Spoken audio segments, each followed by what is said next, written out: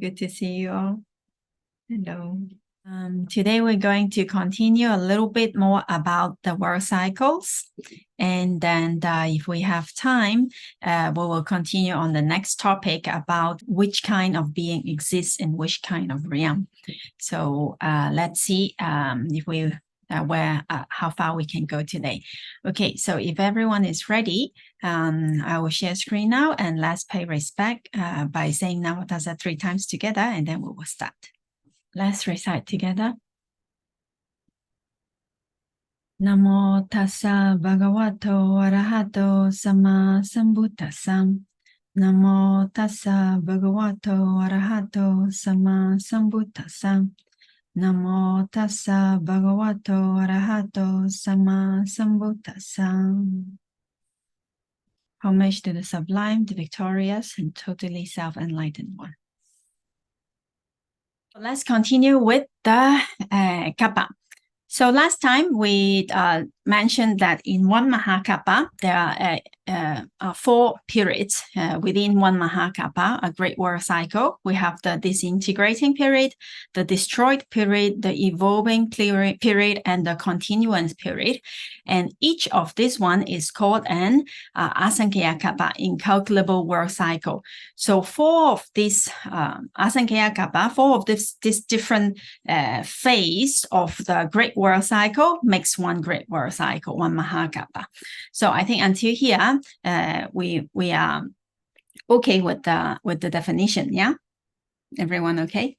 Okay, so today I would like to talk a little bit about Antara kappa as well as Ayu kappa. So these words we may find sometimes in different scriptures or in different writings within the Pali. So what does that mean? Now let's talk about the Ayu kappa first. Now Ayu kappa is simply, it means the lifespan, the present human lifespan. So it is said that human can live thousands and thousands of years, right? But we may live from 10 years, lifespan of human can be from 10 years to thousands and thousands of years. So the lowest lifespan being around 10, and the longest is it is said that is kind of incalculable. Now, Ayu kappa, if you find this word, it usually means the present human lifespan. So in this case, the Ayu kappa right now is around 75 years. Yeah. So this is just a term that is that represents the present human lifespan. So that there is not much confusion about that. So if you see the word Ayu kappa, it means that Ayu actually means age. So kappa is the kappa or world cycle, so according to human. Okay, now how about Antara kappa? Let's go to Antara kappa. Now we know that one Mahakappa is divided into 4 stages. So according to the scriptures, when the kappa is about to end, when this Mahakappa is about to end, before the next one starts, so some few 100,000 years before that world cycle comes to an end, beings will start to know that the end is approaching. And then it is said that they will start to practice, and so throughout those thousands of years before the end comes, then the beings who are diligent, most of them will attain the Brahma realm before the end of the kappa. As you remember, last time we also talked about the destruction of the kappa. So it can be destroyed either by fire, by water, or by wind, right? So before it comes to the end, they will practice, and then they will attain the level of the Brahma world, which is not affected by that destruction. So last time we talked about which plane is being destroyed by which type of elements. Yeah. So those diligent beings, they will attain the Brahma realm, and those who have very serious wrong view, or the akusala is too strong, they will be reborn into a lower realm in another world system, because below those unaffected Brahma realm, all the other realm are being affected, right? So it will all be destroyed.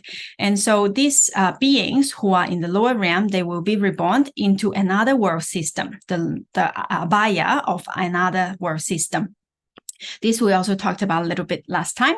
So you see, like the 31 realm of existence, if we imagine it, it's like a vertical view of the world. Like, so in this world cycle, there are like the lower abhaya, the 4 lower realm. Then we have human, devas, and so like a vertical view. But there is also a horizontal view to the world. So this horizontal view is like there are a lot of world system with the 31 realm there, and it's existing at the same time in its different stage. So imagine there is a lot of different world system.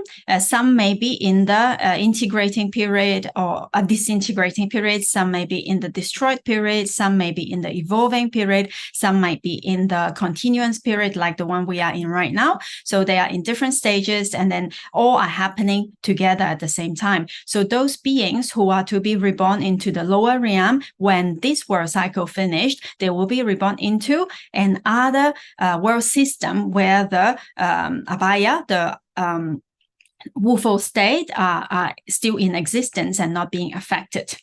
Okay. All right. So here is what happens to the beings when the world comes to an end. Okay, so let's talk about like what happens afterwards.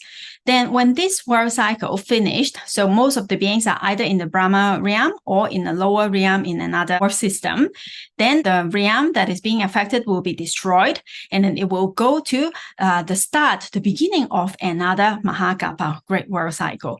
So it will go through this cycle and this cycle and this cycle without human, because conditions is not suitable for beings, for human beings in these cases. So it will go through this stage, and then another very long time this stage, and a very long time this stage. And finally, when it goes to the fourth Asaṅkheyya period, in this time, then human will be born again.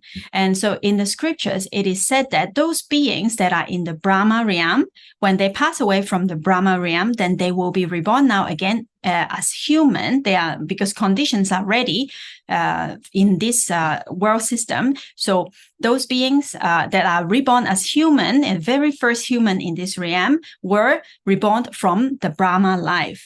Those Brahma, when they pass away from that life, then they will be reborn as human there. Therefore, the very first human in this world system, most of the time they have a very calm and peaceful mind, because they were just Brahma, just in their past life. So since their behavior are very calm and peaceful, their lifespan tend to be much longer at that time. So therefore, in the very beginning of the world cycle of this, where human exists, actually the last stage, at that time, a human's age can be of 100,000 years of age. So human can also live that long, a little bit like the Brahma, at that time. Then from then on, through time, generation after generation, it will start decreasing and decreasing and decreasing. After those very first, very beginning of the world cycle, then people start to have a little bit more akusala and more akusala and more akusala. Then slowly, lifespan will drop. And there is a point, there is a place where it will drop until humans' lifespan will be only 10 years of age. Now,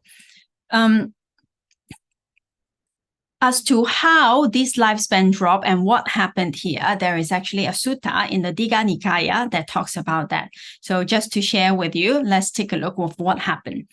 Now, after those Brahmas, human beings that were reborn from the Brahma realm, then human beings start living a peaceful life. Then later on, then they start to be less good to each other. So what happened is that they start not giving so much to the needies. So they start being less generous. Now, when there are less generosity in the society or in the community, what happened next is then there are more poverty. Then when there are more poverty, then the taking of what was not being given increased. So adina dana start to happen. So more akusala happens but it only starts by being not so generous. When they're not so generous, people become poor. Then they start taking others people's stuff because of lobha. Then because of there are more, because there are more like stealing or those kind of akusala, then people start taking weapons because they think, well, people start stealing, so I have to protect my property. So then there will be more weapons. Then when there are more weapons, then the taking of life increase. Then killing start increasing. Then when there are more killing, then lying also start increasing. Then people say, well, did you kill him or did you take his stuff? No, I didn't. It was not me. It was some other person. Then they start lying to each other, and the speaking of evil of each other increase. Then after that, envy also start increasing. Then with envy, like people will start thinking that, well, why he had more than me? Why is he more beautiful? And why is she better? And so with envy, people start doing more and more akusala. Then sexual misconduct also increased. And after that, harsh speech and idle chatter start again increase. Now, I'm talking about not just in a very short period of time. I'm talking about generation after generation. So look at it at a very long life time span. That is when humans' lifespan are like thousands and thousands of years. How it come to get shorter and shorter and shorter. So these things does not happen all at once in, let's say, in one lifetime of a human being. But then, of course, we can also imagine how it happens. And throughout generations after generations, this get more and worse and worse and worse. Then after that, covetousness and hatred also increased in the society after generation after generation. Then later on, then people do not have respect for each other anymore. So there are more incest, excessive greed, and even deviant practices also start happening. The lack of respect for mother and those worthy of respect comes next. Then there will be a time when the children of these people who have no respect for anyone, for mother or father, and those worthy of respect, then their lifespan will become shorter and shorter until 10 years, and until the lifespan of only 10 years. And with them, with this generation, it is said that the girls will be marriageable in the age of 5 years old, and they will have babies very early on. So 5 years old, 6 years old, they will have baby, and their lifespan is only like around 10 years of age. So slowly, the mind of the people become more and more kusala mind happens more and more. So the 10 course of moral conduct will completely disappear from the world, and the 10 course of evil will prevail exceedingly. Then all will be promiscuous in the world, like people live like animals, like goats and sheep, fools and pigs, dogs and jackals. They all they will all mixed up, and there will be more enmity, hatred, anger, and all this. The thought of killing will prevail in the people, and then there will be a lot of fighting. Now, it is said that when it comes to like this kind of situation, there will be some people who start thinking, this is not right.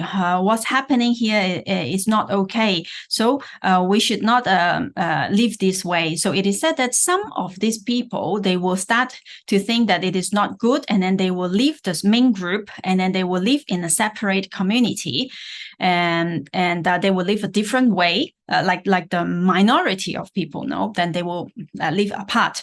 And after the mass killing in the general society finished, then those people who left the community are those who will survive. And those survivors, they will think that, oh, everybody died, and we didn't die because we didn't kill each other. So killing is not good. So we should not kill. And so their children, or the children of these people, they start live a little bit longer than their parents.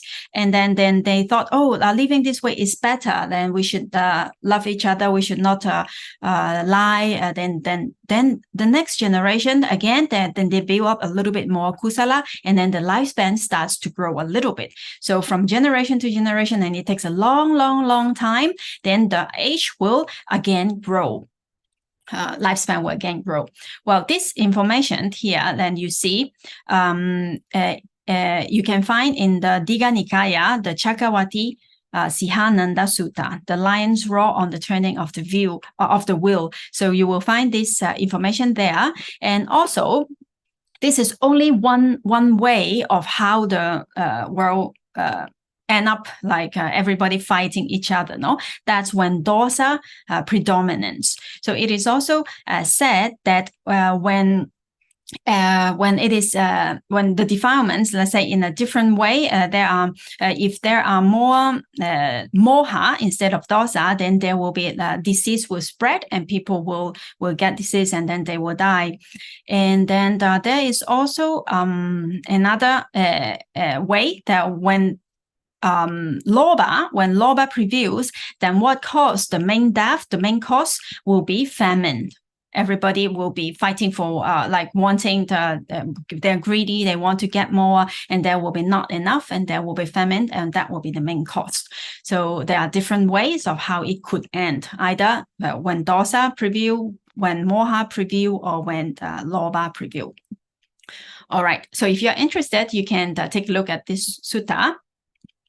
Then after that, when the people realize that they're doing this kusala is not good, and then they start living a better, more moral life, then lifespan starts to grow again.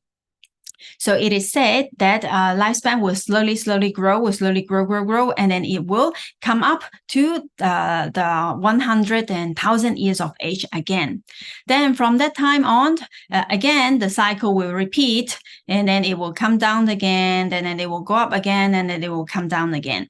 So it will go up and come down, go up and come down for many times. And each coming down and going up, it is what is called an antara kappa. So translated in English, it is called the interim world cycle. So one going down to one going up is called one antara kappa here. Now, in one maha kappa, there will be 64 times of this going up and coming down, going down and coming up, going down and coming up, going down and coming up.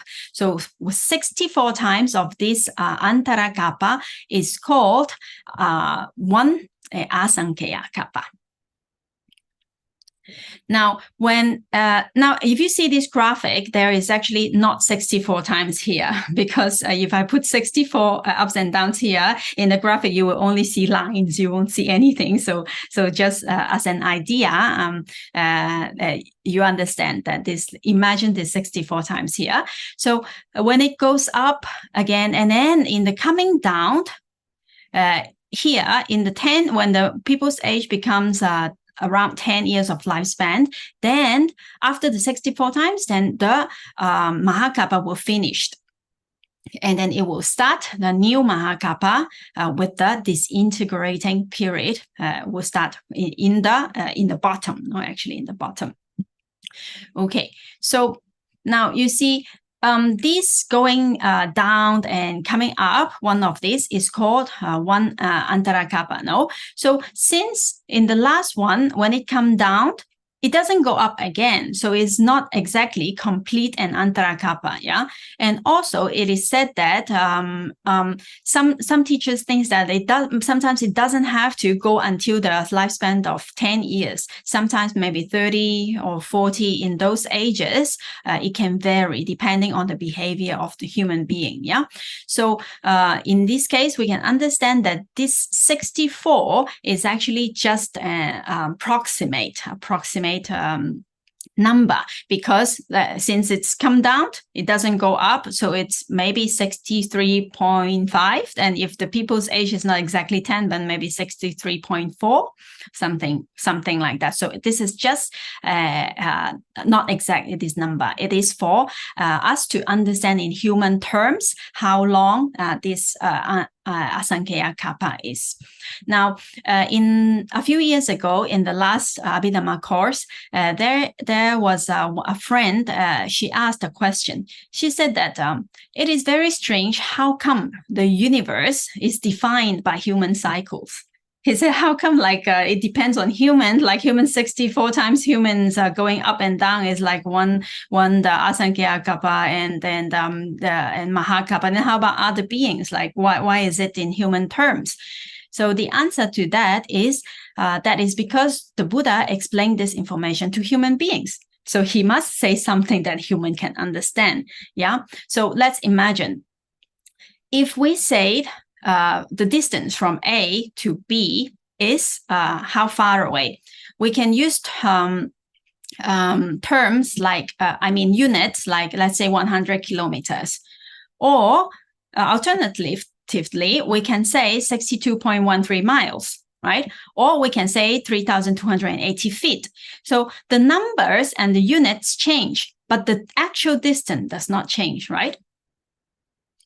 So in this case, it is the same way. The Mahakappa, how long the Mahakappa is, it does not change. But if we talk about it in terms of human cycles, it is like how many? If we talk about it in like a Deva cycle or Brahma cycle, then it might be, maybe when the Buddha explained to them, he might use other explanations in other terms, in other units. But the actual distance does not change. Say, if we explain this distance, say it is 1.057 E minus 11 light years, the distance is still the same. But if we give such a number, as human being, we kind of cannot imagine how far is that, right?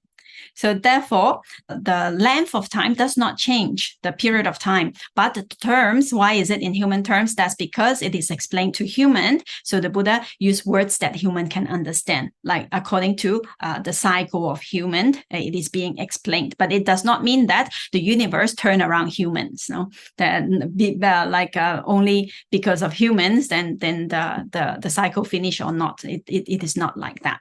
Okay, so just want to make sure about this. All right. So until here, we have, yes, Amar? So this 64 Antara Kappa is only in the continuing, yes. Right? The other Asaṅkheyya Kappa does no beings, right? Yes. Okay. So if we go back to, say, this one, now we will see this 64 Antara Kappa is only in this Asaṅkheyya period. Right. Yeah. So because these three, there are no human beings, right? So it might still be the same length of time because it is equally divided by 4 accordingly. So the same amount of time is here, but there are no human beings in this time. I wanted to ask about the word systems. You mentioned, I'm guessing it's like parallel universes, right? So, and you mentioned that the like transferring of beings from the lower realm will be possible if one kappa is ending or destroyed. And I'm wondering if like there is like I would call like an exchange of beings, or different type of a being going to a different universe, or being born in a different universe which is not from the hells, for example, or the lower. You mean when the world cycle is not finishing yet? Say let's say now, yes. If I die, if I can be reborn into another is it system, possible? Right? Yeah.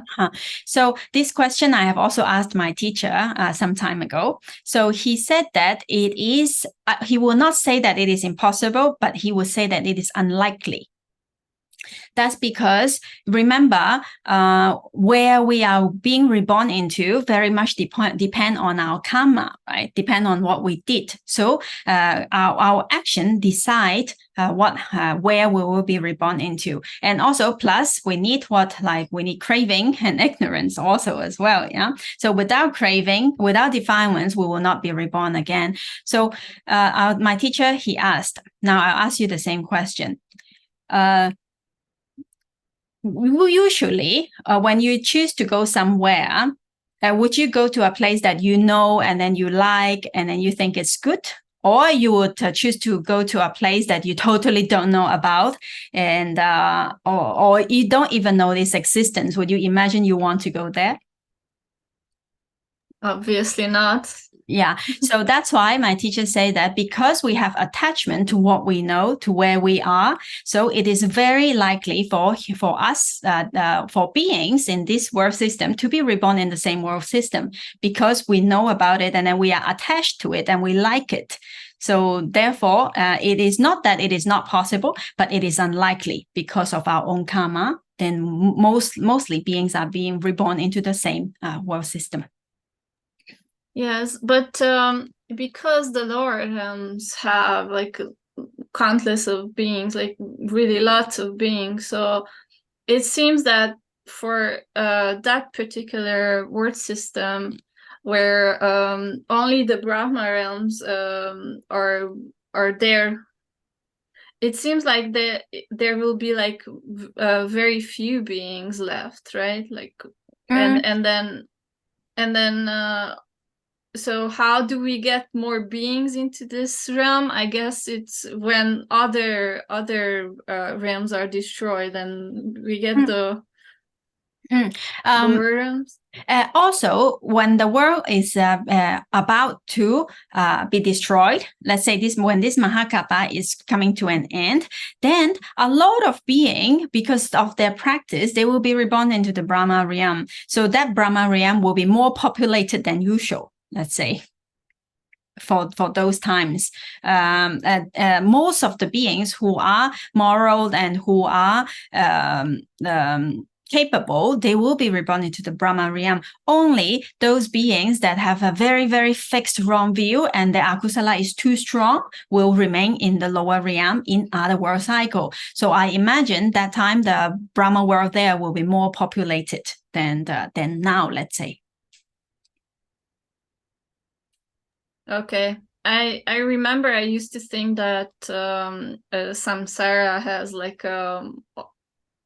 fixed number of beings, and then only the arhants will be anyway. I see that it's much more complicated than that. So yeah, thank you. Yeah, welcome. Yes, Claudia.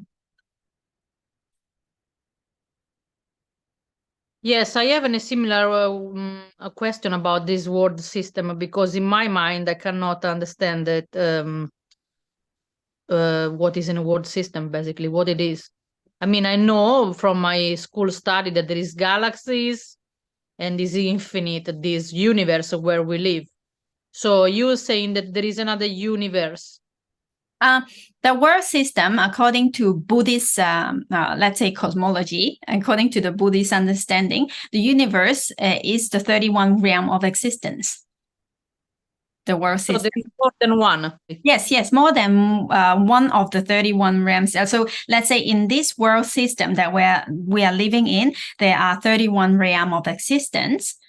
So how many stars, how many these things, I don't know. How many galaxy of this, I cannot say. But within this system, so it contains all those things and the 31 realm of existence. And there is another 10,000 world systems out there, which also contains their own 31 realm of existence in a different stage. So some may be in the destroyed period, some may be in the evolving period, some may be in the disintegrating period, and some may be in the continuance period as we are right now. So, but what Edith said before can be even possible, because these 31 realm of existence, they must look similar to each other. So, for instance, a human being need the oxygen in order of breathing, right, or surviving. Yes, so, for human being, as far as we understand, according to this world system, this is how we live now, yeah?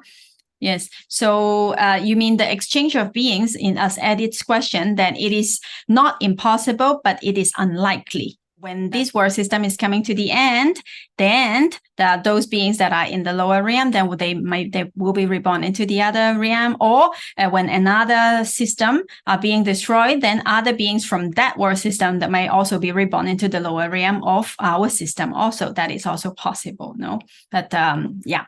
All right. So in this case, that we have seen Antara Kappa, and then so let's just have a recap of these words.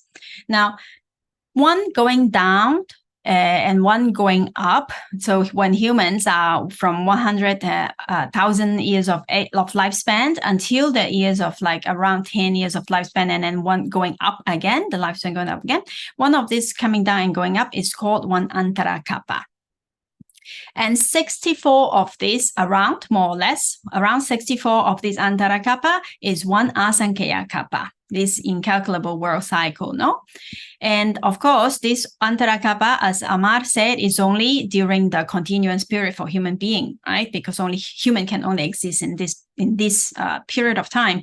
So including the other 3 phases of the world cycle, then 1, 2, 3, 4, these 4 Asaṅkheyya kappa makes one great world cycle. That is the one Mahakappa. Yeah. So now when you see this word Antara kappa, Asaṅkheyya kappa, Asaṅkheyya kappa, and Mahakappa, more or less we have an idea of what it means. Yeah. Okay.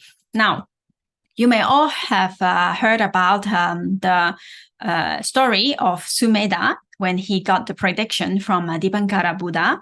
Yeah, I think you all know the story, so I will not repeat the story. But Sumedha, he already had all the wisdom and all the paramis to become an arahant already during that lifetime, this lifetime.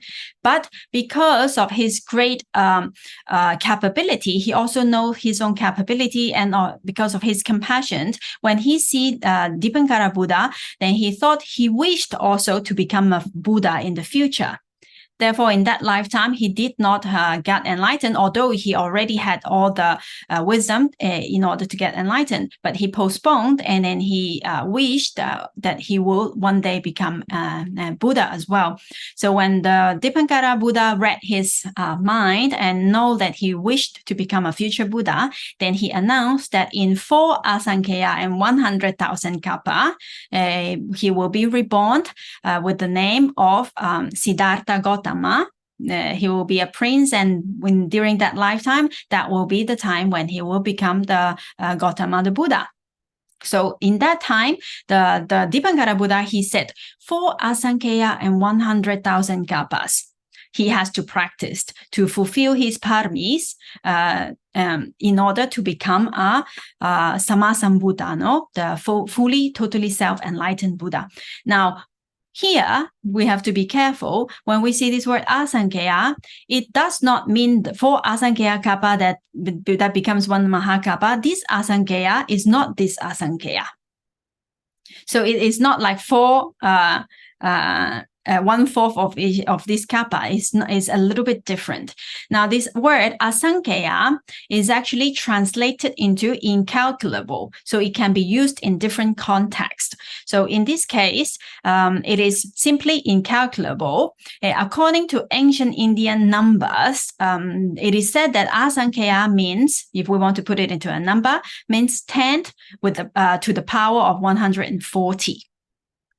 So in this case, this Asaṅkheyya, which means incalculable, we imagined, let's say, to be the number 10 to the 110 to the power of 140. And this kappa here actually means a Mahakappa. So this Asaṅkheyya does not mean this Asaṅkheyya. So this kappa means Mahakappa, means one of this. So therefore, if we say 4 Asaṅkheyya 100,000 kappas, it will be 4 times 10 to the power of 140 plus 100,000 Mahakappa. That's how long Sumedha had to practice to fulfill his 10 paramis in order to become a totally self-enlightened Buddha.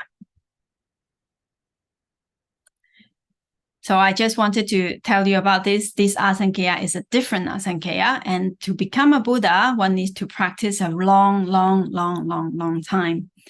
Now, during the world cycle of Dipankara Buddha, how many Buddhas do you think had appeared during that world cycle, during that Mahakappa, when Dipankara Buddha was? I think one, just the one. How about Mila? Also wanted to say something. One? Yeah. Okay. Actually, during that Mahakappa, remember, one Mahakappa is 64 Antara kappa, right? So during that Mahakappa, meaning the full the full Mahakappa, yeah? Full Asaṅkheyya kappa here, yeah. Actually, in that kappa, it was very fortunate. 4 Buddhas arose during that time, during the time of the Dipankara Buddha. So these Mahakappa, meaning like throughout this Mahakappa and throughout this 64 Antara kappa, there were 4 Buddhas, and Dipankara Buddha were the last one from this Mahakappa. And so you see, sometimes there are kappas that there are no Buddhas at all, which is the most common one actually. And there are kappas that there will be only 1 Buddha, sometimes 2 Buddha, sometimes 3 Buddha, sometimes 4 Buddha, and sometimes a maximum of 5 Buddhas will appear in one Mahakappa. Now, when there are 4 Buddhas that appeared in the same Mahakappa, then this kappa is very fortunate, and it's called, in Pali, it's called Saramanda kappa. Here, meaning, Sara means like the essence, and Manda means the best part of something. So the meaning is like the best of the best. So it's like a very auspicious or very good kappa when there are 4 Buddhas. So most of the kappas, very unfortunately, are called Sunya kappa, meaning that there are no Buddha at all, meaning that throughout this 64 Antara kappa, there is totally no Buddha. So that's really unfortunate, right?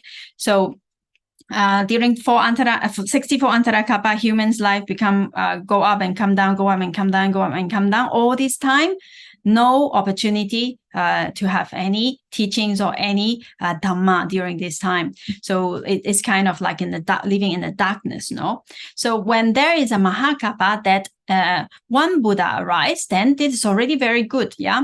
So Sara Kappa, it is called Sara Kappa. Sara means essence. So there are essence in this Mahakappa. So 1 Buddha, if 1 Buddha arises in this Kappa, then it is called a Sara Kappa. Yes, Edith? If there is no Buddha to expand the Dharma, will there be still the cycles of ethics? Like yes. Yes. Okay. Even people do not, maybe their beings might not be able to get enlightened so easily. If they get enlightened when there is no Buddha, then they themselves are the Pachika Buddhas, right? So they can't still get enlightened, but no teachings.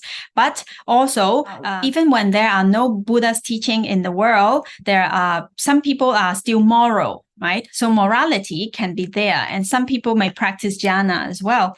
They may practice samatha meditation, but they do not know about vipassana, right? So they can also become Brahma. So still the 31 realm of existence still continues to go on, but there are less beings that can escape from samsara because there is no teaching widely available, yeah? Okay, so when there is 1 Buddha in a Mahakappa, that kappa is called Sara kappa.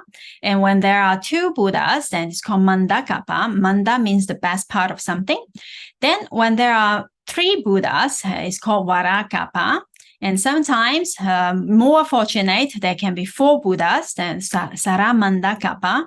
And the best one, the maximum that can happen is called a Bada kappa. That's when 5 Buddha arise in 1 Mahakappa. So that is actually the kappa that we are living in right now. Very fortunate in this kappa that we have 5 Buddhas in this kappa. So Gautama the Buddha is the 4th one, and there will be 1 more.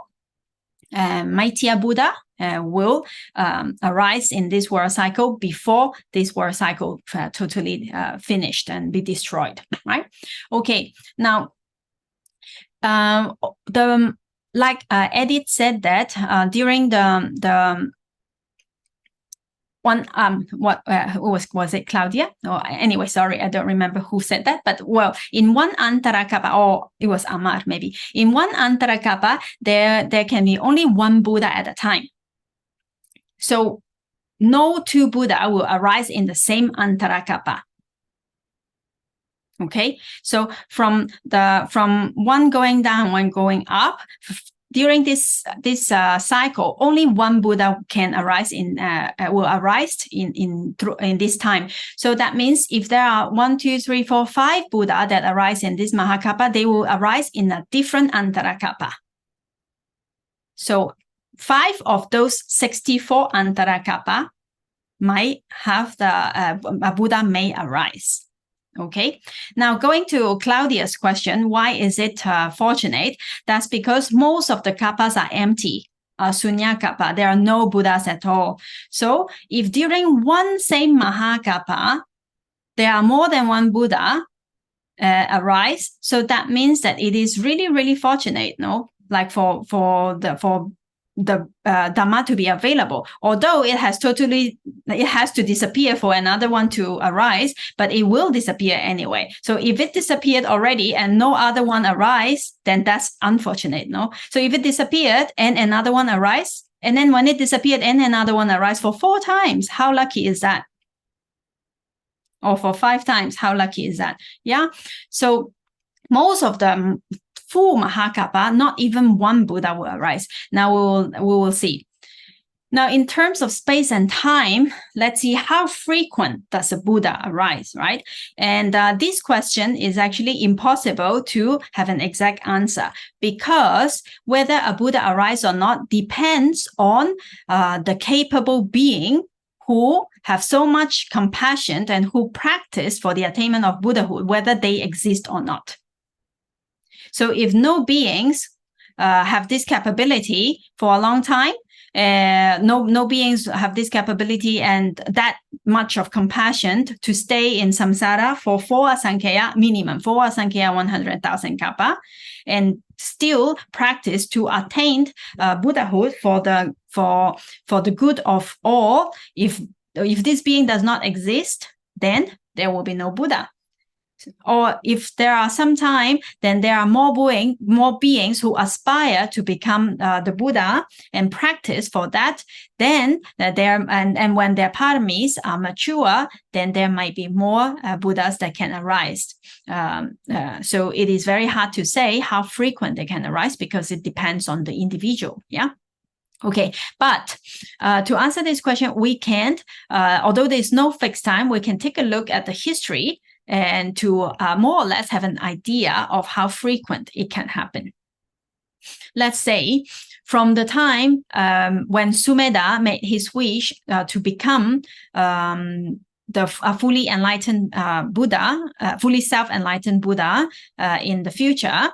So that was 4 Asaṅkheyya, 100,000 kappa. Yeah. So throughout this time, when Sumedha became the Bodhisattva, and when until he became the fully enlightened, self-enlightened Buddha, throughout this 4 Asaṅkheyya, 100,000 kappa, how many Buddhas do you think throughout this 4 times 10 to the power of 140 plus 100,000 Mahakappa?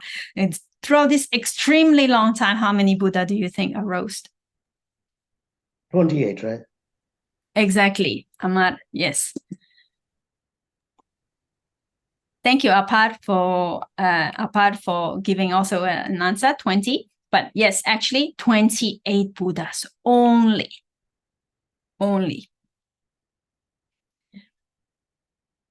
Isn't it like all striking? Like, what?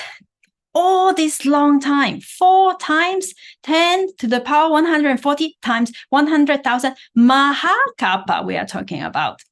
Throughout all this time, only 28 Buddhas arose.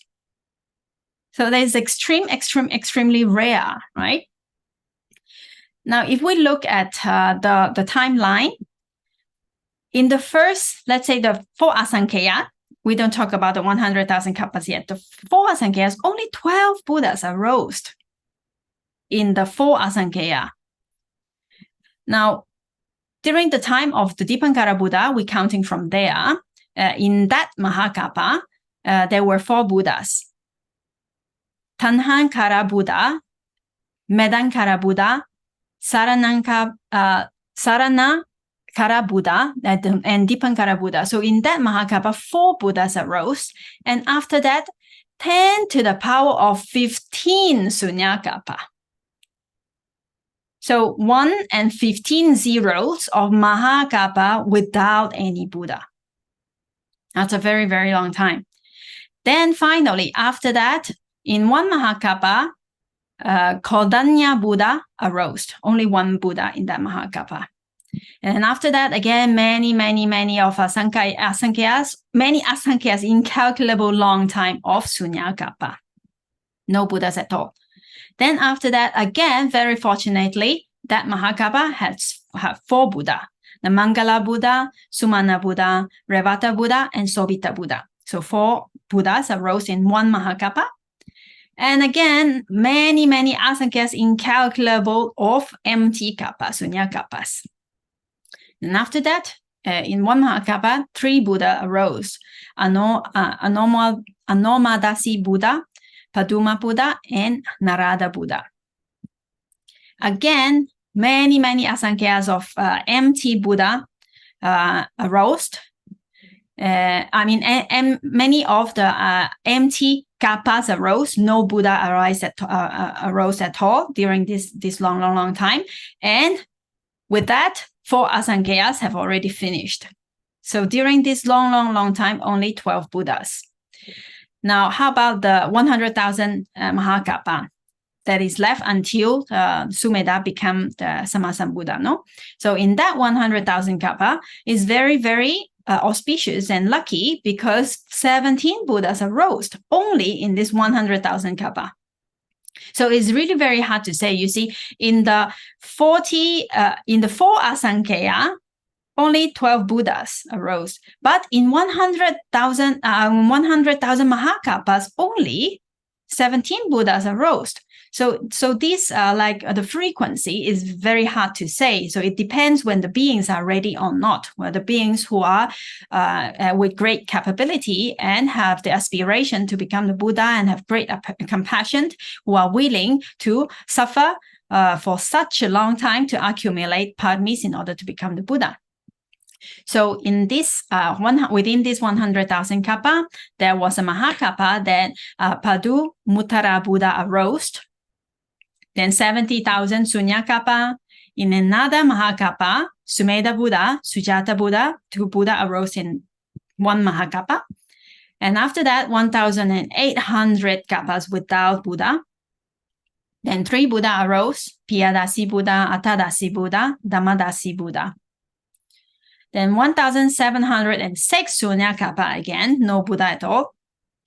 Then Siddhartha Buddha arose. And very fortunately, only after 1 Sunyakappa, another 2 Buddha arose, the Tissa Buddha and Fusa Buddha. And again, so auspiciously, so fortunate, in the next Mahakappa, Vipassi Buddha also arose. So continuously, a few Buddha arose in continuously in the Mahakappa, yeah. And after that, 58 Sunyakappa. Then again, 2 Buddhas arose, Sikha Buddha and Wesabu Buddha arose. Then after that, 29 Sunyakappa and became our Mahakappa right now. This is the time we are living. And in this Mahakappa that we are living, it is really very rare type of kappa, because in this kappa, 5 Buddhas will arise in this kappa. So Kakusanda Buddha, Konagamana Buddha, Kassapa Buddha, Gautama Buddha, our Buddha, and also another Buddha who is to come, Maitreya Buddha. So before this kappa finished, 1 more Buddha will arise. So during this time, 17 Buddhas arise. So in the 4 Asaṅkheyya and 100,000 kappa, only 12 within this big number of Mahakappas, only 12 Mahakappa does exist. A Buddha arose only in 12 of them. So 4 and 140 zeros of Mahakappas and 100,000 Mahakappas in this big number, within these big numbers of Mahakappa, only 12 of them where Buddha arose. So it is really very, very rare for a Buddha to arise. And also when a Buddha arises, it is throughout the world system, only one Buddha can arise at a time. So it does not mean that in this world system there's a Buddha, or maybe in another world system there is also another Buddha, in another world system there's another Buddha. No, only in the 10,000 world system, only when one Buddha arises, he will be the only one at the time. So it is said that it is very extremely very rare for a Buddha to arise, for the teachings to be available, and for us to be able to get in touch with the teachings, right? So it is in the Buddha's own words, "Apamadena bhikkhave sampadeta." O monks, strive on diligently. Buddhupado dulabo lokasmin. Rare is the arising of the Buddha in the world. Manusa bhavo dulabo. Rare is to be a human being. Dulaba sada sampati. It is rare for one to have faith, for attained or sada, to have sada. Pabajita bhavo dulabo. Sadhamma savanam dulabam. It is rare to be a renounce. It is rare to listen to the true Dhamma. Evam divase oadi. Thus every day did the Buddha, the Blessed One, admonished. So you can find this verse in the Brahmajala Sutta, Vanana, commentaries to the Brahmajala Sutta. So it is extremely, now we look at the kappa as a world cycle, how long it is. So we understand that how rare it is for a Buddha to arise. You remember that 2 weeks ago, we talked about the Chigala Sutta in the Samyutta Nikaya of the blind turtle, right? So in the same way, for all conditions to come together so that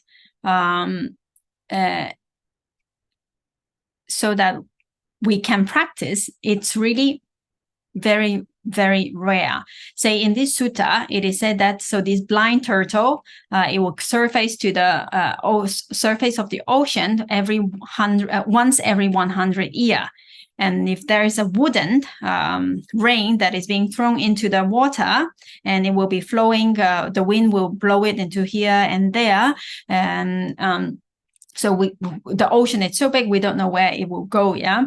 So for the Buddha, for the turtle, for the blind turtle, when it surfaces to the ocean surface, for it to put his neck into the ring is extremely rare, no? It's not easy for this coincidence to happen, yeah? So in the same way, it is said that for this condition to happen, first, the sea turtle must still be alive throughout that long time. And the second, the wooden ring should not be rotten, because throughout such a long time, maybe it's rotten already. And also the place where the turtle surface must be the same place where the wooden ring are at that time. It depends on the wind, and it depends on the current, depends on so many things. So for all the conditions to come together in order for that incident to happen, for the blind turtle that surfaces once every 100 years to get his neck in onto that wooden ring, it is as difficult as that we are born as a human being in this time, in this world cycle where the Buddha exists, where the Buddha's teaching is available. There is a chance to listen to the true Dhamma, and we are interested in the Dhamma, because although the Dhamma is available, we might not be interested. Now, even interested in the Dhamma, just listening to it is not good enough. Like, to really practice it is even more rare, right? So for all these conditions to fulfill is really a very extremely rare chance. So therefore, in many of the suttas, you will find the Buddha always remind us of how rare and how fortunate we are to be born as a human that can actually practice the Dhamma in this lifetime. So we should not waste time. We should really take this opportunity and do our best, the best that we can. No. All right. So explaining about how this long cycle, how this world cycle works, how long they are, and how many Buddha actually arose during this long time. I hope with this information, they give us a sense of how, a sense of appreciation of how fortunate we are and how rare this opportunity is. All right. So it's 7 now. So let's take a 5 minutes break, and coming back, we will continue. Let's see if we want to continue with some other information. Before we go to the break, let's see what Amar, if Amar has a question. I have a quick question. So yes. during this destruction phase, right? Is there any kappa, like, even the Brahma world also get destroyed, or the Brahma world always stay there? If you go back to last video, then you will see, you remember when the world is destroyed by fire, then it will destroy until the Sutanta method, the second Brahma, the second 3 Brahma planes, right? And you show that it still exists. Above that, it still exists. But if it is by water, then it will destroy more. But if it is by wind, then it will destroy more. So according to that. Yeah, I'm questioning based off of that. In that, you show, like, in all phases, the higher one always exists, right? The arupa, yes, because arupa is no material, no. So they only mind beings. So the destruction of the world does not affect them at all, because they are totally no material, right? Only consciousness, only chitta and cetasika exist. So the destruction of the world does not affect them. So that means, like, then Buddha might be in the arupa world when the material worlds are being destroyed, right? You mean the bodhisattva? Yeah, bodhisattva, yeah. Yes, the bodhisattva, yes. It's possible. Okay, yes. so yeah, but in some places I've seen that even there are, like, kappas where even the arupa realm also destroyed and reappear. So that's not. No, that's not. We'll true. have to check that again, but so far, since the arupa realm, there is no rupa at all. So the destruction of the world, which is material, cannot affect them, right? Okay. Okay. Yeah, that makes sense. Thank you. Thank you. Yes, Alpad?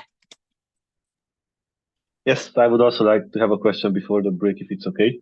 Yes, please. I would like to ask about Maitreya a bit, because I know that some speculate that he might already be in Tusita heavens, and now I'm thinking about the fact that during the previous Buddha, the lifespan was around 100 or a bit more, and now we are around 75. So it means that we are still on the shrinking part of this going down. Yeah, so it means that until the human lifespan goes back again until 100,000, the next one cannot arise, right? Because we are still in that one. So no 2 Buddhas can arise in this one cycle going down. Yes, Antarakapa, right? Exactly. Okay. Yes. So maybe the math does not add up that he's into Siddhartha, because we might actually, the lifespan in Siddhartha might be less than what it takes for the humans to go back to 100,000, right? So maybe it's just speculation, right? That he is to Siddhartha as of now. Yeah, it is possible that it's a speculation, or maybe he can be reborn. Even if he passed away there, he can be reborn there again. Oh, yeah. Right? Because as human, also, if we pass away as in human realm, we can also be reborn into the human realm again. So that is possible. Okay. Thank you. All right. You're welcome.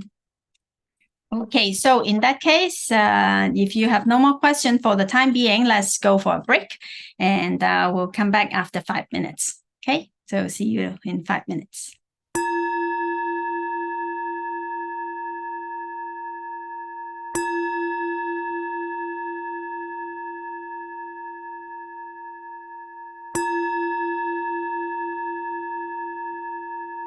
we will continue with rebirth consciousness and individuals. So Patisandhi and Pugala. So how many types of individuals are there, and beings when they are being reborn into the different realms? What kind of rebirth consciousness are they reborn with? No. Okay. So let's go to this topic now.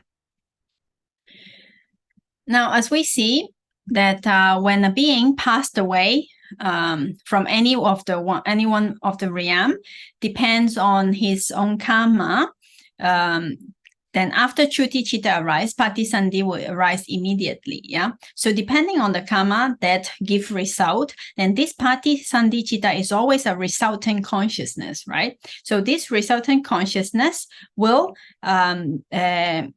happen in different any one of these 31 realm of existence, depending on the karma. Yeah. Now, before we go into the which realm, which type of being will be reborn there, let's remind ourselves a little bit about the roots. Now, if you remember, in chapter 3, we have talked about 6 kinds of roots. So we have the 3 unwholesome roots, Lobha, Dosa, and Moha. And then we have the 3 beautiful roots, which are Lobha, Dosa, and Amoha, non-greed, non-aversion, and non-delusion. Now, roots are very, very important. Just like in a tree, when the roots of the tree is strong, then the tree is stable. And but without roots, the tree can fall very easily. Yeah. So it is weak and unstable like that. So consciousness that are with roots are said to be strong. Yeah. And the ahetuka chittas, which we have already studied before, those rootless consciousness which have no roots are less strong. Yeah. Okay. So now remember, we have Lobha and Dosa and Moha, and these 3 unwholesome roots, what kind of chittas do they associate with? Do you remember? Right, Mila. Yes, akusala. Thank you. Yes, it only associates with unwholesome chittas, no? And as Amar said, only in the Javana time only. Yeah, because unwholesome chittas, akusala is an action that we're actually doing something unwholesome, no? So akusala, so the 3 unwholesome roots only associate with akusala chittas that arise during the Javana period.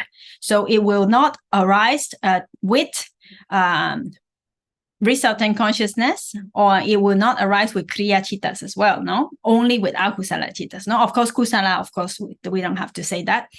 Now, for the beautiful roots, Lobha, Dosa, and Moha, it can associate with kusala chitta, obviously, but it can also associate with resultant and functional. Yeah, this in chapter 1 and chapter 2, we have already talked about it. So in this case, resultant consciousness, Patisandhi Chitta, the rebirth consciousness is a resultant consciousness. Yeah, so we know that it can be either no roots, or it can either be with these roots. So these akusala chitta roots cannot associate with any resultant consciousness, right? So we have 19 kinds of vipaka chitta which can perform the function of Patisandhi, rebirth, bhavanga, and chuti. Yeah? So these 3, they are in one single lifetime. They are always the same type of resultant consciousness as we have studied before. Okay, so the 19 types of vipaka chitta that can perform these functions are, as a revision, we have 2 upekkha santirana, 2 rootless investigation consciousness with neutral mental feeling. No? So either one akusala vipaka santirana chitta or one kusala vipaka santirana chitta. Yeah. So the unwholesome rootless resultant consciousness, or the wholesome rootless resultant consciousness, this investigating consciousness. So 2 of them, either with that which are without roots. And then we have those 8 sahetuka kamavachara vipaka chittas. Sahetuka, sa means together with, hetu with roots, so with roots. So sense sphere, resultant consciousness with roots. So 8 types of those that are possible. And also the 5 rupavachara vipaka chitta that These ones are those vipaka chittas, those patisandhi chittas that are, when a being is reborn into the rupa vachara realm, they are reborn with this type of rupa vachara chittas, no, because of jhana, yeah, and also the 4 arupa vachara vipaka chittas, yeah. Okay, so these 19 types of vipaka chitta can perform the function of rebirth linking. So let's see. Let's first talk about the 2 upekkha santirana chittas. Now, for beings in the unhappy destination, Dugati, the 4 lower realms, for those beings who are reborn there, their rebirth consciousness are always akusala vipaka upekkha santirana. So they're always unwholesome, resultant, investigating consciousness are the rebirth consciousness for beings that are in the 4 lower realms.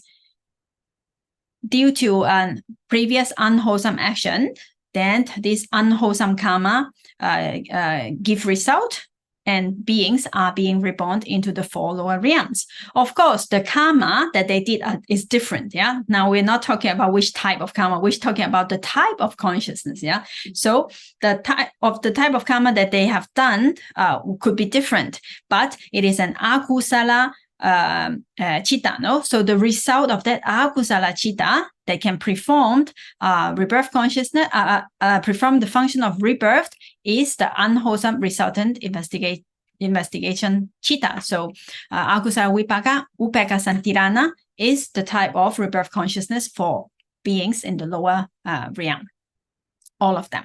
Okay, so in this case, since it is rootless, so these beings in the woeful state are also called ahetuka being, rootless being, dugati ahetuka beings. So unhappy destination, rootless being.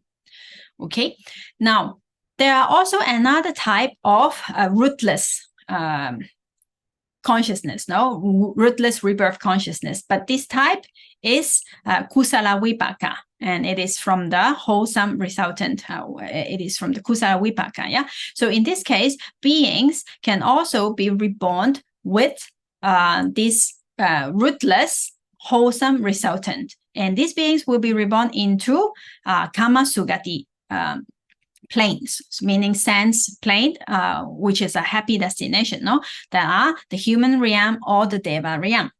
So these beings are called sugati ahetuka beings. So happy destination, rootless beings. Okay, so some human beings and some lesser devas, they can be born without any roots. So their rebirth consciousness is not associated with any good roots in this case. Now, for human beings, it is said that some beings that are born with some mental disability, or some born with, let's say, born blind, deaf, or mute, or like that. So some of these beings, mostly, if they cannot understand the Dhamma, if they do not have the capability to understand, then most of the time we can consider these beings to be, they are patisandhi, their rebirth consciousness to be rootless. Okay. So there are some devas also, less powerful, lesser devas, and they can also be born with this type of rebirth consciousness. Okay. Now, for the happy destination, it's not only the rootless rebirth consciousness, right? So we still have the 8 type of sahetuka kamavachara vipaka consciousness can also perform that rebirth function. And these ones, since they are sahetuka with roots, they can be associated with aloba, adosa, and amoha. Yeah. Now, if you remember, aloba and adosa is a universal mental factor, universal cetasika, no? Wholesome, universal wholesome cetasika, no? But amoha is an occasional one, so not all the time. So that means if a being is his or hers rebirth consciousness is a sahetuka kamavachara vipaka, then it is possible that it is associated, it must always associate with aloba and adosa, and sometimes it can associate with amoha, and sometimes not. So there are 4 types. Remember, there are 4 types of Sahetuka Kamawachara Vipaka Chittas. 4 of them are without wisdom, not associated with wisdom, and 4 of them are associated with wisdom. Yes, so those beings that are reborn with the 4 resultant sense sphere resultant chitta without wisdom will be 2-rooted, and those that are reborn with wisdom will be 3-rooted being. So in Pali, it's called 2-rooted beings are called dvihetuka. Dvi meaning 2, hetu roots, 2 roots. Dvihetuka, and 3-rooted beings are called Tihetuka. So among humans and among devas, there are also beings who are born with 2 roots, who are born with 3 roots as well. Okay. Okay. Now to continue, it is said that for a being to attain jhana and enlightenment in this very lifetime, a being must have the 3 roots, must be born together with the 3 roots. So 2-rooted being and no rootless beings will not be able to attain jhana and enlightenment in this very lifetime. It does not mean that in the future it is not possible, but only in this lifetime where they are born with no roots or 2 roots. For those types of being, it is not possible for them to attain jhana and enlightenment in this lifetime. But still, then you may say that then it is still worthy for them to practice or not. If anyway, we will not attain anything in this lifetime. But of course, it will still be worthy because any step ahead is a step ahead. So if they accumulate, if they practice, although it might not be possible to attain jhana or enlightenment in this very lifetime, it is still good because every step that we make, we are closer. And if we practice and do a lot of good deeds in this lifetime, together with understanding, then it is possible in the next lifetime, then we may be reborn with 3 roots. If we are 2 roots, let's say in this lifetime, yeah. So it is always good to continue practicing. All right. So now for yes, Edith. I mean, is it even possible that they would want to practice meditation with 2 roots? Yeah, it is possible. It is possible. Otherwise, imagine how can a person ever become 3-rooted? If one must be reborn as a 3-root in order to want to practice to have wisdom, no? So sometimes there are examples. Let's say a person, he or she might not be very interested. Let's say he or she is born with 2 roots without wisdom. So he or she may not be very interested in the Dhamma, but he or she has done a lot of kusala. So he or she has good friends, or the parents or family members that are with 3 roots, that are with wisdom, that are interested in the Dhamma, may bring them to a Dhamma talk. Although he or she himself may not very voluntarily say, oh, yes, I want to do this, I want to do that. But still, they might have opportunity, then some friends bring them together. So during that time, he or she might listen to the teachings, or they may visit a monastery, or they listen to some Dhamma, and then they think, oh, this is nice. Or so they developed a liking to the Dhamma. It is possible. Although they might not be able to attain jhana and enlightenment in that very lifetime, but they can develop wisdom. Still, it is possible. Oh, so wisdom and understanding would still be possible for them. Of course, yeah. A person that is born with 2 roots, he or she can still perform action with wisdom. Otherwise, it will not be possible for him or her to ever be reborn with wisdom if he never perform karma with wisdom. Yeah, do you understand what I mean? So in order, yes.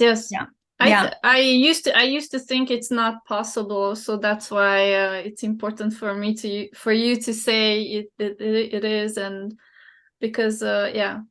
Okay. Yes, it is possible. So let's get back to the rebirth consciousness. So for the 5 Rupa Vachara Vipaka Chitta, when they perform the rebirth function, beings will be reborn into the 16 fine material planes. Yeah, and this Rupa Vachara Vipaka Chitta must always be associated with the 3 roots. So the Tiehetuka, so those Rupa Vachara beings are Tiehetuka beings. Yeah, and in the same way, for the 4 Arupa Vachara Vipaka Chitta, they are also associated with the 3 roots, and beings that are reborn into the non-material planes are reborn with the 3 roots. So they are called the Tiehetuka being, 3-rooted beings. Okay. So in a table form, then we can now see that there are different types of beings. According to the Abhidhamma, there are 12 types of beings. The first type is called the Dugati Ahetuka being. So those beings that are rootless, that are born without any roots in the four-woeful state or unhappy destination, Dugati Ahetuka beings. And then in the happy destination, Sugati, we have 3 types of person: Ahetuka, rootless beings; Dvihetuka, 2-rooted beings; and the Tihetuka, 3-rooted beings. And among the 3-rooted beings, there are beings who are 3-rooted but not enlightened yet. And there are beings that are noble beings, enlightened beings, right? All enlightened beings are 3-rooted beings, yeah? Okay. And of course, those Ahetuka beings and the Dvihetuka beings, they are always non-enlightened beings, yeah? Okay, now let's take a deeper look into the 3-rooted beings. Now for the Tihetuka being, 3-rooted beings, we said that there are these non-enlightened beings, and among the enlightened beings, it is divided into 8 types of beings. So we have Sotapati Magata being, Sotapati Phalata being, then we have Sakadagami Magata, Sakadagami Phalata, Anagami Magata, Anagami Phalata, Arahata Magata being, Arahata Phalata being. So 8 beings are here. So stream enterer, pathed being, a person who attained the path, and then a person who attained the fruition, and so on. No? So 4 stages of enlightenment. So here, sometimes you may find this in the chantings or in different scriptures. You will find the 4 pairs of individuals. Yeah. Sometimes you will see these four pairs. In this case, the pairs actually means the four pairs. 1 pair, Sotapati Magata Phalata, Sakadagami Magata Phalata, Anagami Magata Phalata, like that. So these 8 noble beings are said to be the 4 pairs. Yes, Amar? So these are... So there's only a moment difference between path and fruit, right? So, so from existing point of these, probably is practicing or already attend, like, these beings. Yes, we're going to that point now. Okay. Yeah. Right. So exactly as Amar said, and I imagine just Austin was also about to ask the same question, I imagined. So we may all think that if a person attained Magga, he surely attained Phala, right? So why is there this separation of a Magga person and Phala person? If in the Magga mental process, if we look at it, right after Magga, then Phala rise. So when in the Magga mental process, until here, let's get back a little bit, until here, at this point, the person is called a Maggata person. So a Maggata person exists only for 1 mind moment, 1 chitta. He is a Maggata person. And as soon as this Phala chitta arises, he is a Phalata person already. So he only exists for 1 mind moment. Then why do we bother to separate an individual for this category? Oh, right? Because if we say that, somebody attained Magga and he does not attain Phala yet, after some time, then we can understand. But it is immediately, if a person attained Magga, Phala must arise immediately. So it is not possible to have Magga person, but not Phala person, no, basically. If a person attain Magga, he must attain Phala as well. So Magga person only exists for one mind moment. Now, why bother to separate them? Now you will understand this in the following slides when we talk about which type of individuals exist in which realm. Okay. Now let's go a little bit further first. Now let's see the 12 kinds of individuals. Now here we have all the 12 kinds. We have the Dugati, get back. Yeah, Dugati Ahetuka being. Then we have the so this woeful state, unhappy destination, rootless being. We have Sukati Ahetuka being, the beings which are born with rootless, without roots, but they are in the sense sphere happy destination, human or deva. Then we have Dvihetuka, Tihetuka, Sotapati Magata, Sotapati Phalata, and so on. So altogether 1, 2, 3, 4, 5, 6, 7, 8, 9, 10, 11, 12 types of individuals are explained in the Abhidhamma. Now let's go to which beings can be found in which realm. Now, with this information, then you will understand why it is being separated. Okay. In the 4 lower planes, only one kind of individual can be found there. Which type?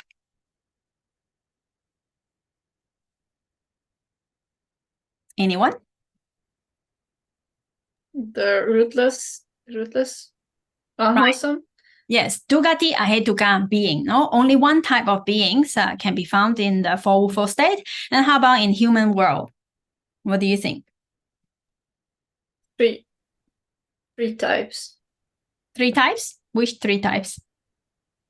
No, all 11 types, except yes. Dugati.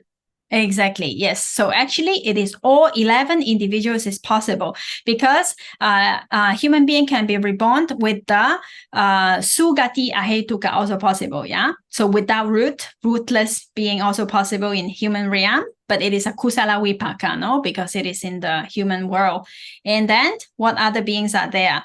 The other beings are Dvihetuka being, 2-rooted being, human possible.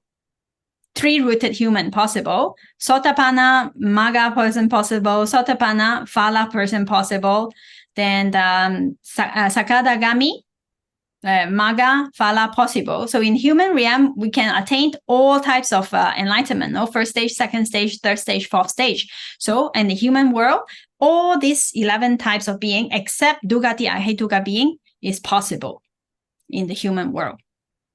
Yeah? Is it clear? Edit? Yeah, Edit, your face is a little bit like confused. Okay? Yeah. These guys are good with numbers. numbers. Yeah. So remember, we are now talking about beings that can be found in that realm. We're not talking about a being that are reborn in that realm, no? With which one? Because Arahata, Phala, and Magga person never reborn again. So they will not be found in any of like rebirth. Will not be reborn. So we're talking about which type of beings is possible in which can be found in which realm. Okay.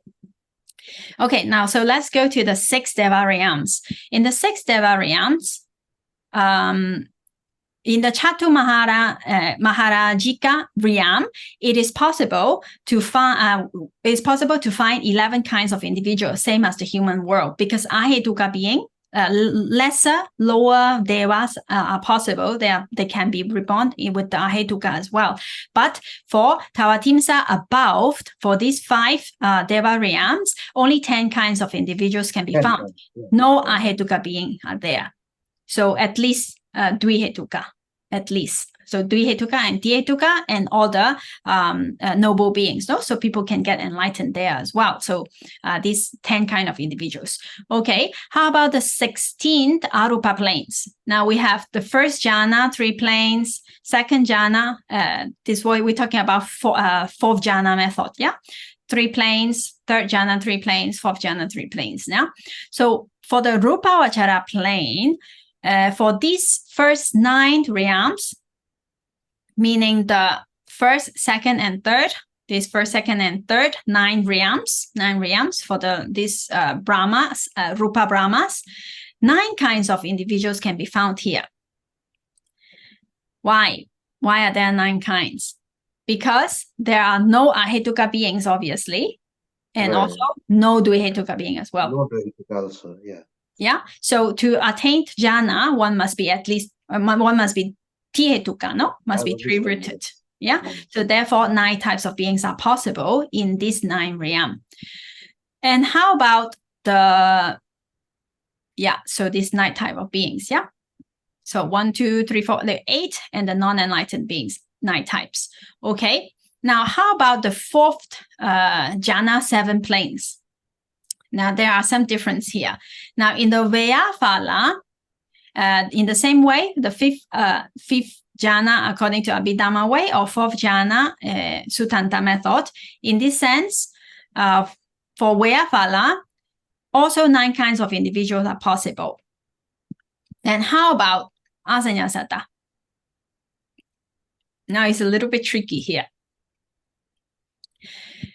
Although we say that to attain jhana and enlightenment, a being must be a tihetuka person, no? Must be tihetuka. But for Asaṅkheyya Satta, they only have rupa. There is no chitta at all in that realm, right? So for Asaṅkheyya Satta realm, actually the beings are considered there only one type. They are ahetuka being. Because there is no mind at all, so there can be no root. So if you remember the death and rebirth processes, the viti of Asaṅkheyya Satta, then you will remember when Chuti Chitta arise, then what happened next? The next what happened is no chitta will arise, but rupa, that is the result of karma, will arise, right? So only rupa will arise. For that lifespan, that long time, there will be no chitta at all. And after that being passed away from the Asaṅkheyya Satta plane, then Patisandhi chitta will arise again. Only after that, right? Then that Patisandhi chitta, of course, it is with roots. But during the lifetime of an Asaṅkheyya Satta, or because there is no chitta and chittasika at all, so during that lifetime, they are considered as ahetuka being. Yes, Austin. Yes, sorry, I didn't want to take too much time because it's okay. Study group also will be starting. But I wanted thanks for reminding. Yeah. Just understand, what do you mean by a being without chitta? Is like a tree or something, like just rupa? That doesn't make sense in terms of a being without a chitta. Like rupa is just like they are basically like a statue. The only rupa exists, so no mind is there. So these beings are born into this realm because of the power of jhana. When they attain the fifth rupavachara jhana, they have this idea of like a mind is a problem. So if there is no mind, then there will be peace. Because mind exists, therefore where we suffer. No, therefore we have all these kind of problems and trouble. Rupa is fine, but mind is the problem. So if a being has this kind of idea, and then he or she attained the 5th jhana with this idea and thinking that it would be so nice and so peaceful if there would be no mind at all. Yeah. So with this kind of idea, he attained or she attained the 5th jhana, and with that, because of that jhana power so powerful, when he or she passed away in this lifetime and reborn, then with this idea, he or she will be reborn into this Asaṅkheyya Satta realm because of his or her wish. So we can say that that is a being, like it is a being. It is a realm in the 5th jhana or in the Sutanta way, the 4th jhana plane. There is one plane that is called Asaṅkheyya Satta. A means negation. Sañña here represents the whole chitta and chittasika, no? Like perception. So they are called a non-percipient being. So only rupa exists. They're basically like a statue. And then they stay, and then they that lifespan, they have to live that lifespan, a long lifetime without mind at all. No mind will arise in that time. Then after they passed away from that lifetime, then chitta arises again. So I thought it's Asaṅkheyya Satta. Yeah, before that I used to know this. I mean, understanding it was just like out of 5 aggregates, only the Sanya aggregates won't be there, but Vijnana has to be there, right? Vijnana. No Vijnana. Sanya is only the remember Neva Sanya Na Sanya. So Sanya is only like the representative, representing the whole chitta and cetasika. Here it does not mean only Sanya. Not Sanya cetasika does not exist, but no chitta and no cetasika at all in this realm. So these beings are with only rupa. What kind of rupa would be that? It would be gross or the subtle rupa? There will only be one type of rupa is there, that those are the they don't have any eye sensitivity, ear sensitivity. All those rupa will not arise because it's not necessary. I'm not asking that category. I'm talking about from the grosser and the subtle point of view. Will it be like a subtle? In this case, it looks like you're talking about a gross rupa. No. Of course, they are rupa beings. Of course, their material, the material is fine. It's fine material. They are fine material beings. So they are not like a human being, like sitting there without mind. They are fine material being, but there is without chitta only. So their body will be similar with other Brahmins, I imagine, but there will not be eyes, will not be ears, will not be any of those, because there is no chitta, so those are not also not necessary, and so it's like a very basic. Later we can talk about this, what kind of rupa is, when we study in the rupa chapter, we can see what type of rupas actually arise in the Asaṅkheyya Satta beings. Yeah. Okay. So because you have another class, I will just run through this a little bit quickly to finish this section.